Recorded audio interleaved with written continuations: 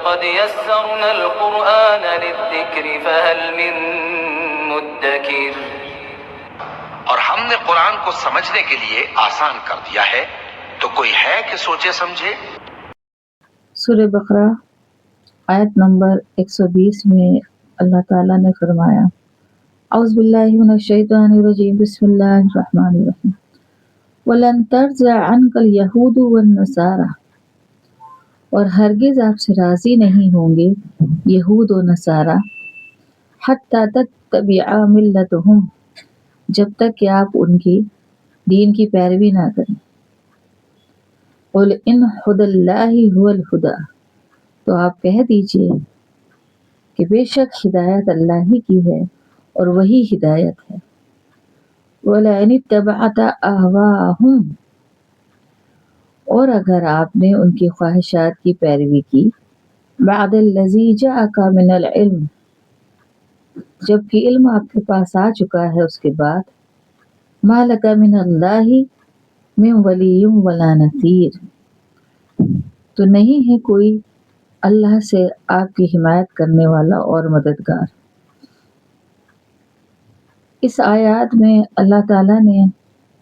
آپ صلی اللہ علیہ وسلم صلی السلام سے مخاطب ہو کر یہ بات کہی، لیکن یہ خطاب سارے مسلمانوں سے ہے کہ پہلے تو یہ تھا کہ آپ صلی اللہ علیہ وسلم صلی السلام کے پاس یہود و نصارہ آتے تھے اور کہتے تھے کہ آپ ہمارے مذہب پہ کچھ دن چلیے تو پھر ہم آپ کے مذہب پہ کچھ دن چلیں، یا آپ یہ نشانی اگر ہمیں دکھا دیں تو ہم ایمان لے آئیں گے، یا وہ الگ الگ مطالبے کیا کرتے تھے آپ صلی اللہ علیہ وسلم سے۔ تو اللہ تعالیٰ نے یہاں پر ان آیات کے ذریعے یہ اظہار کر دیا کہ یہ ایمان لانے والے نہیں ہیں، چاہے آپ انہیں کوئی معجزات دکھا دیں، چاہے ان کے حساب سے آپ چل لیں، یہ ماننے والے نہیں، بلکہ یہ کیا کرتے ہیں، یہ ایسے ہیں کہ جو یہ چاہتے ہیں آپ اپنے ہی دین سے پھر جائیں، یعنی وہ اپنے دین میں آپ کو ملا لینا چاہتے ہیں، وہ آپ کے دین کو چلنا نہیں چاہتے بلکہ آپ کو ہی اپنے دین میں داخل کرنا چاہتے ہیں۔ تو اللہ تعالیٰ نے ان کی جو دل کی بات تھی وہ آپ صلی اللہ علیہ وسلم صلی اللہ علیہ وسلم کو بتا کر آگاہ کر دیا کہ ان کی باتوں میں آپ نہ آئیں، اور نہ ہی ان کے خواہش کے لیے یا ان کو خوش کرنے کے لیے آپ ایسی کوئی بات کریں یا ایسا کوئی کمٹمنٹ نہ کریں، کیونکہ یہ آپ کو صرف دین سے پھیر دینے کے لیے ہیں، یہ آپ کے دین پر چلنے کے لیے نہیں ہے۔ اور اللہ تعالیٰ نے کہا آپ کے پاس علم آ چکا، اور اس کے بعد بھی اگر آپ نے ان کا کہنا مانا تو پھر اللہ سے کوئی واسطہ نہیں ہے۔ تو یہ آپ صلی اللہ علیہ وسلم صلی اللہ علیہ وسلم کے ذریعے پورے مسلمانوں کو خطاب کیا گیا ہے۔ اور آج آپ ان آیات پر اگر غور کریں تو آپ دیکھیں کہ جس طرح سے دنیا کی روش چل رہی ہے، لوگ دنیا کے پیچھے بھاگ رہے ہیں، اور آج مسلمان بھی آپ دیکھیے غیروں کی پیروی کر رہا ہے، اور جو جس طرح کا دنیا حاصل کرنے کی ہوڑ سی لگی ہوئی ہے اس میں دین کہیں کنارے ہو گیا ہے، اور وہ اتباع کر رہے ہیں اپنی نفس کی، اپنی خواہشات کی، اور وہ لوگ جو گمراہ لوگ ہیں ان کی، انہی کو دیکھ کر وہ اپنی زندگی گزار رہے ہیں، انہی کے جیسا اپنا معاملہ رکھ رہے ہیں جیسے ان کا معاملہ ہے، یا جیسے ان کی لائف اسٹائل ہے اسی طرح کی اپنی بھی لائف اسٹائل وہ بنا رہے ہیں، اور اس میں وہ فخر سمجھ رہے ہیں۔ اور یہاں پر اللہ تعالیٰ کہہ رہے ہیں کہ آپ پیروی نہیں کریں ان کی، کیونکہ وہ تو آپ کو اپنے دین میں داخل کرنا چاہتے ہیں، اور اگر آپ ان کے حساب سے چلیں گے تو آپ اپنے دین سے دور ہو جائیں گے، جبکہ آپ کے پاس سارا علم آ چکا، اللہ نے آپ کو ان کے بارے میں بتا بھی دیا۔ تو اب ان کی خواہش کی پیروی نہیں کرنی ہے، بلکہ اللہ کے حکم کی تعمیر کرنی ہے،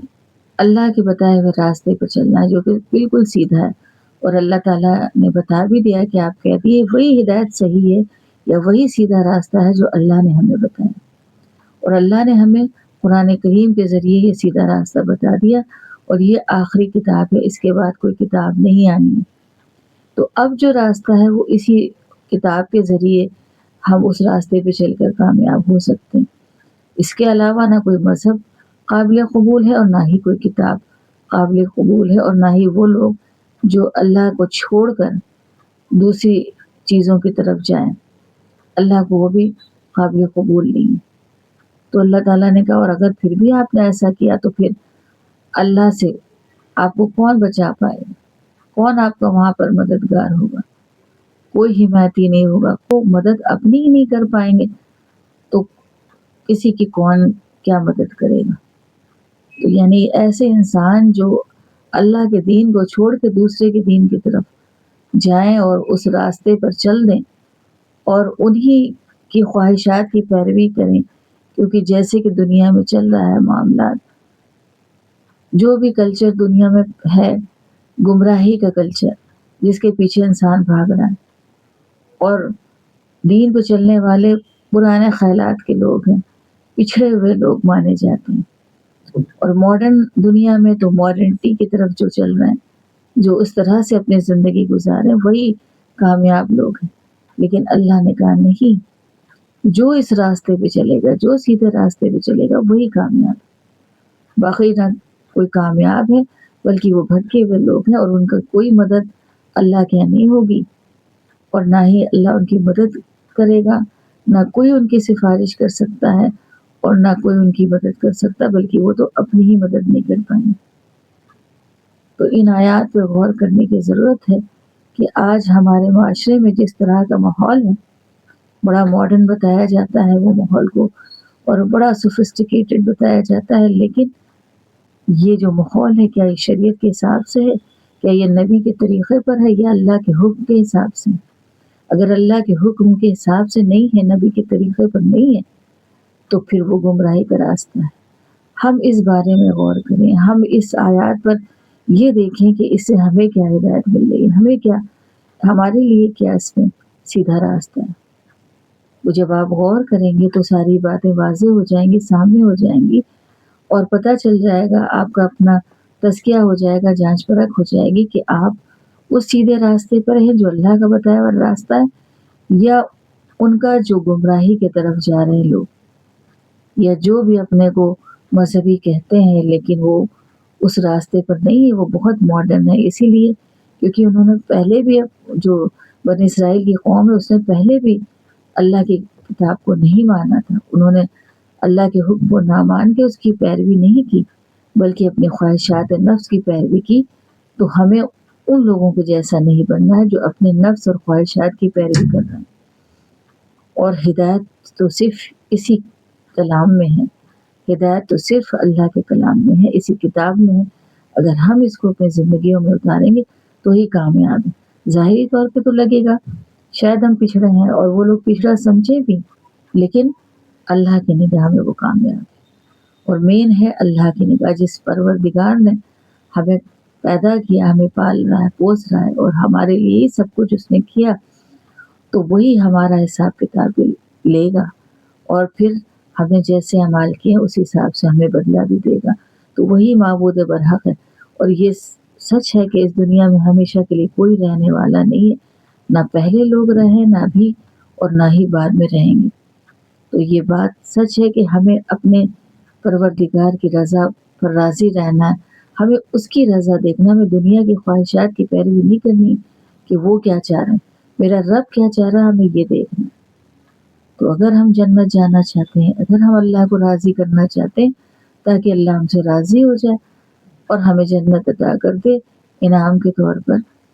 اور ہم کامیاب اس دنیا سے چلے جائیں، کیونکہ دنیا صرف تھوڑے وقت کے لیے، آخرت کا گھر ہمیشہ کا گھر ہے جہاں صرف سکون و چین ہے۔ تو اگر ہمیں جنت جانا ہے تو ہم اپنا تزکیہ کریں، ہم اپنی جانچ پرکھ کریں، اپنے اندر اگر اس طرح کی کوئی بھی کمی ہے تو اسے نکال دیں،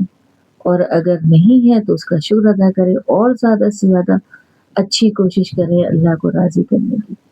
تو اللہ تعالیٰ ہم سب کو قرآن کریم کی سمجھ عطا فرمائے، ہمیں کہنے سے زیادہ آپ سب کو سننے سے زیادہ عمل کی توفیق نصیب فرمائے۔ آمین۔ وآخر دعوانا ان الحمد للہ رب العالمین۔